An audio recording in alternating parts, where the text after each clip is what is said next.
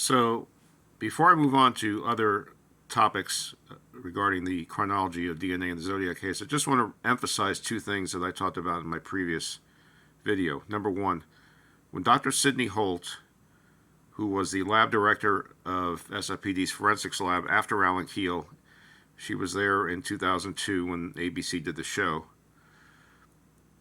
When she started looking at the Zodiac letters, she knew about Alan Kjell's research. She knew that he had essentially determined that Zodiac had not licked his stamps and envelopes.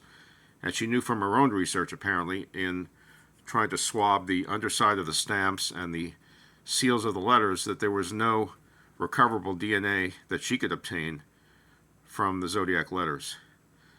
So what she decided to do was a crime against science, I believe. It was just outrageous when she sampled the outside of apparently a single stamp and took that apparently contaminant Zodiac DNA and gave it to ABC, telling them that it was DNA from the Zodiac killer.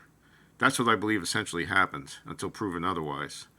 Likewise, when Kjell Qvale, who apparently had no use for me or my research, at the end of the show sort of laughed and or smirked and said that they had Zodiac's DNA and that Zodiac should be very afraid or something like that.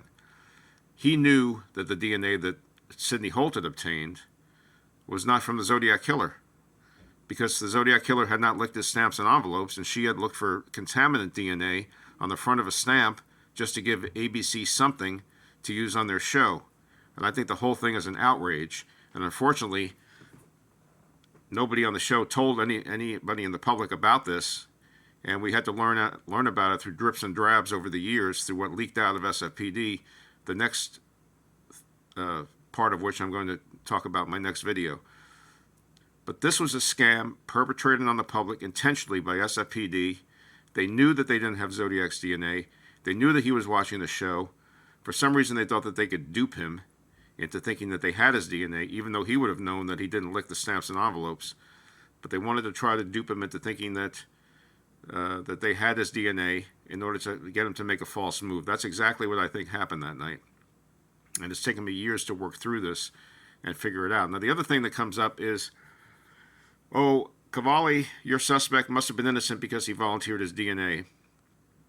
Well, I believe that's another fallacy, because if you were confronted, if you were Kjell Qvale and you were confronted in 2002, you knew you didn't lick the stamps and envelopes. You knew that you didn't essentially put your DNA on anything. So you knew you were in the clear. You didn't know anything about that little hair behind the stamp, but that didn't come into play anyway. Even today, in 2023, we don't know that they've ever obtained any DNA from that small hair. So in 2002, all he knew was that I didn't lick the stamps and envelopes. If I agree to give my DNA, it's probably not going to match. If I don't agree to give my DNA, that's going to be a real red flag for SFPD, and they're going to come at me full force, because why would I not give my DNA if I had nothing to do with the crimes? So I think he had to roll the dice, and he knew that the odds were stacked in his favor because he hadn't licked the stamps and envelopes. So he gave his DNA. It didn't match.